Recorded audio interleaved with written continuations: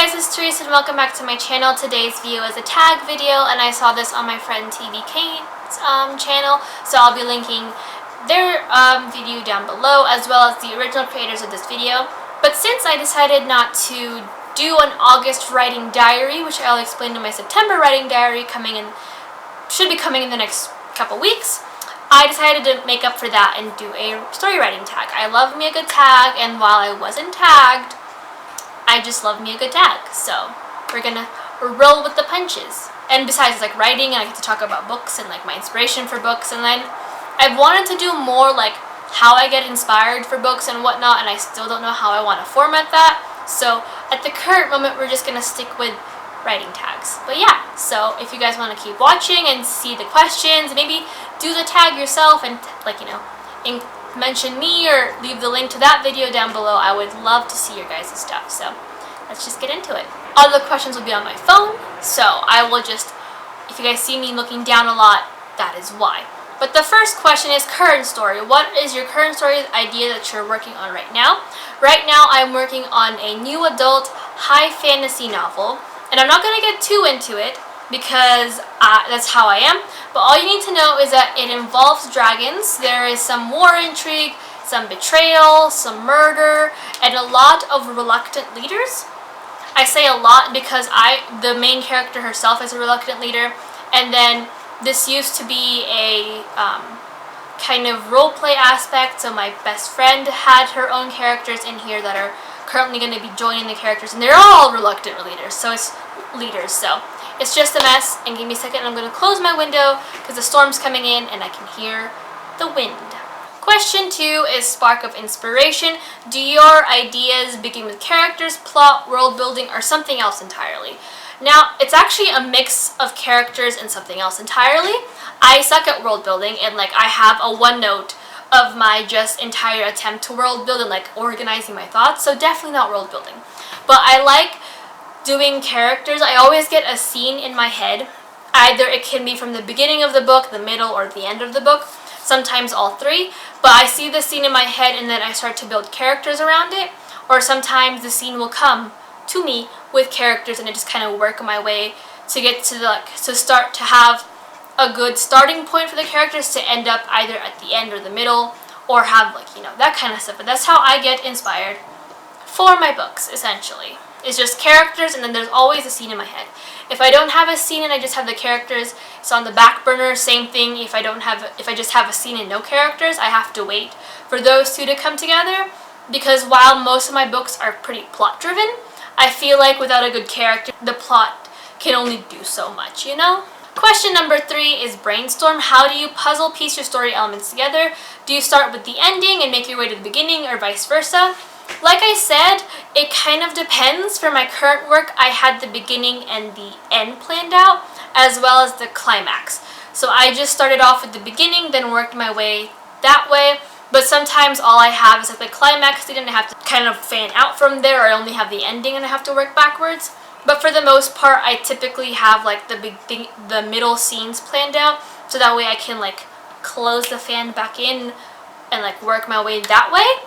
But I do actually do things, I try to do things chronologically. So if I start at the beginning, I'm going to work my way to the end.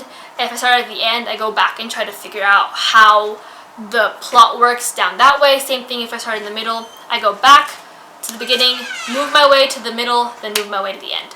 So my mind is weird, but it likes to be organized, and chronological is how my mind likes to work. So question 4, keep or toss. How do you know when you want to keep or dump a story idea? So I used to dump story ideas on the basis that I just couldn't figure it out. Sometimes my mind will create story ideas that's just too much for me at the current moment as where I am. I definitely have story ideas that were too much for me as a writer back then that I am currently revisiting now as we speak, that I feel more comfortable in. So after a while, I stopped dumping story ideas and deleting them. I have folders upon folders, as well as written things in my bullet journals of story ideas that I would like to do and have been slowly planning until my writing skills can have honed in to the point where I can write it without much trouble, because it's always primarily story world building that I struggle with. but I've learned to never dump a story idea. I put it on the back burner and always have like the window, the metaphorical window open, so that way I can like pop back in if I need to.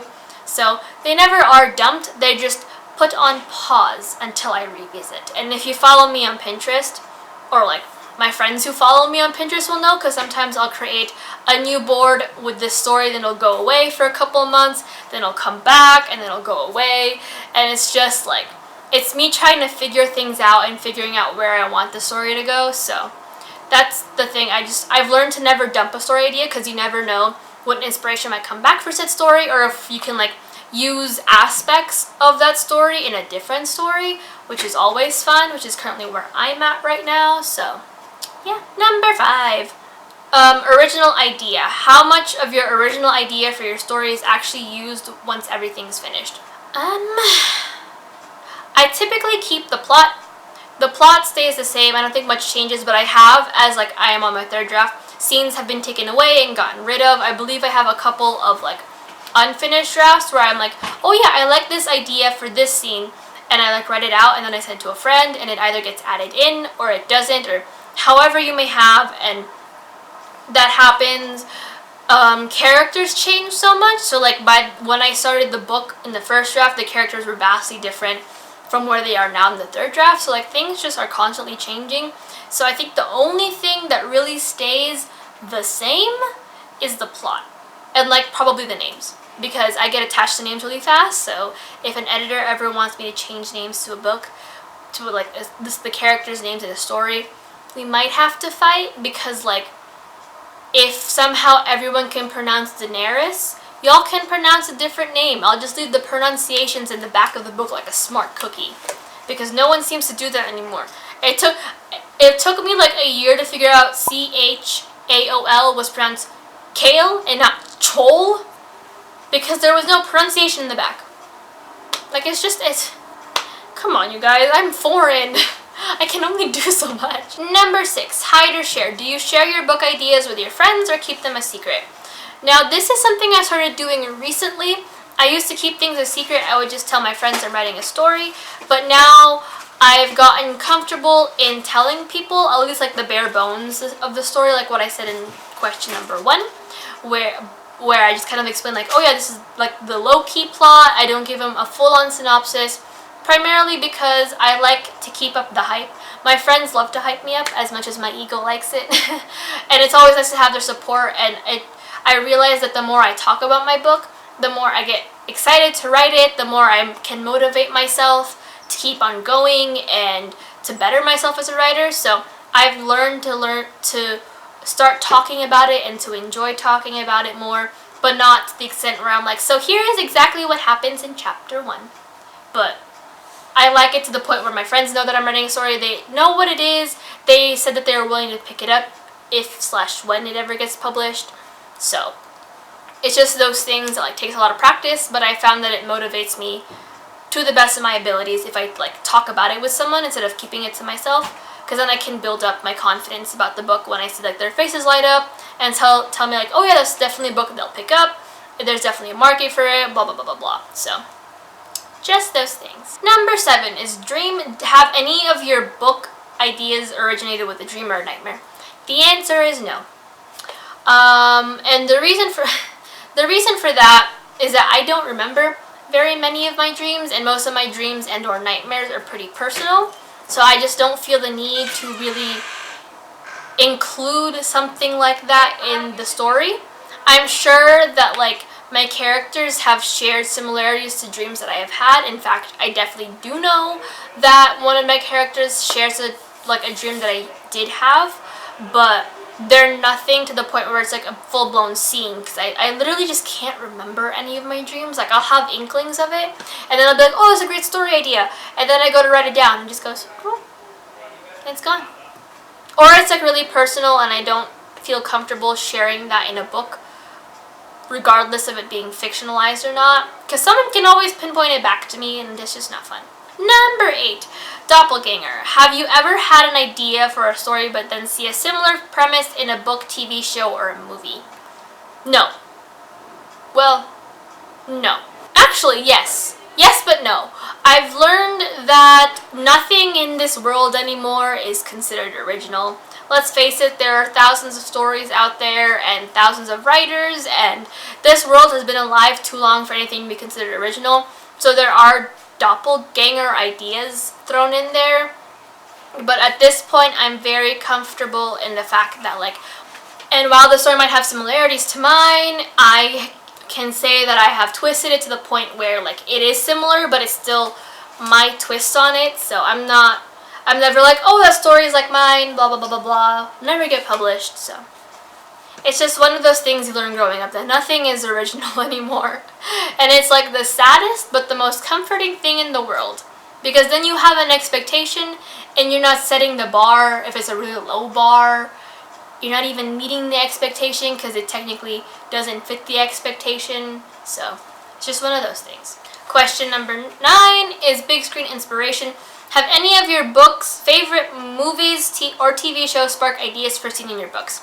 And the answer is yes. Sometimes I watch a TV show and like not the scene like verbatim or play by play is similar, but my mind will create like a copy scene where it's like different and like the tones are different.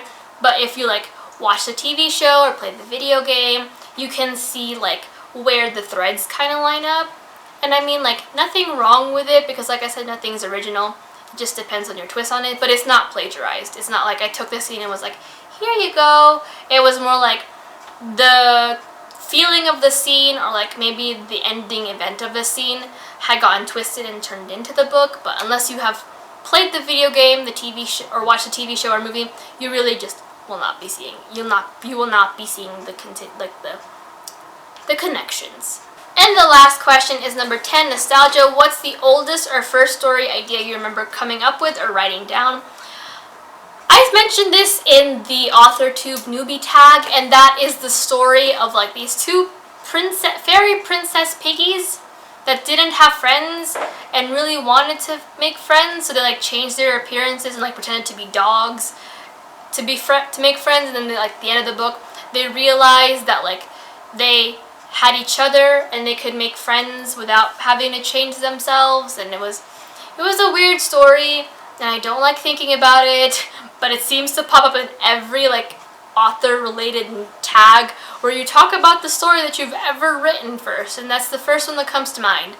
And I even drew pictures. It was weird. It was a weird time. But that's the first story I ever wrote. Don't know what happened to it. Kind of glad for it, kind of sad for it. But yeah. But that is it for the story writing tag. I had a lot of fun, so if you are an AuthorTube and want to do this tag, so I tag you. But if not, if you have done this video, please leave the links down below. I'd like to hear your answers to the questions. See if any of our questions are similar or different, or what your books are about. But until next time, all of the links that I talked about will be down below, as well as my social media. And I'll talk to you guys everywhere else. Bye!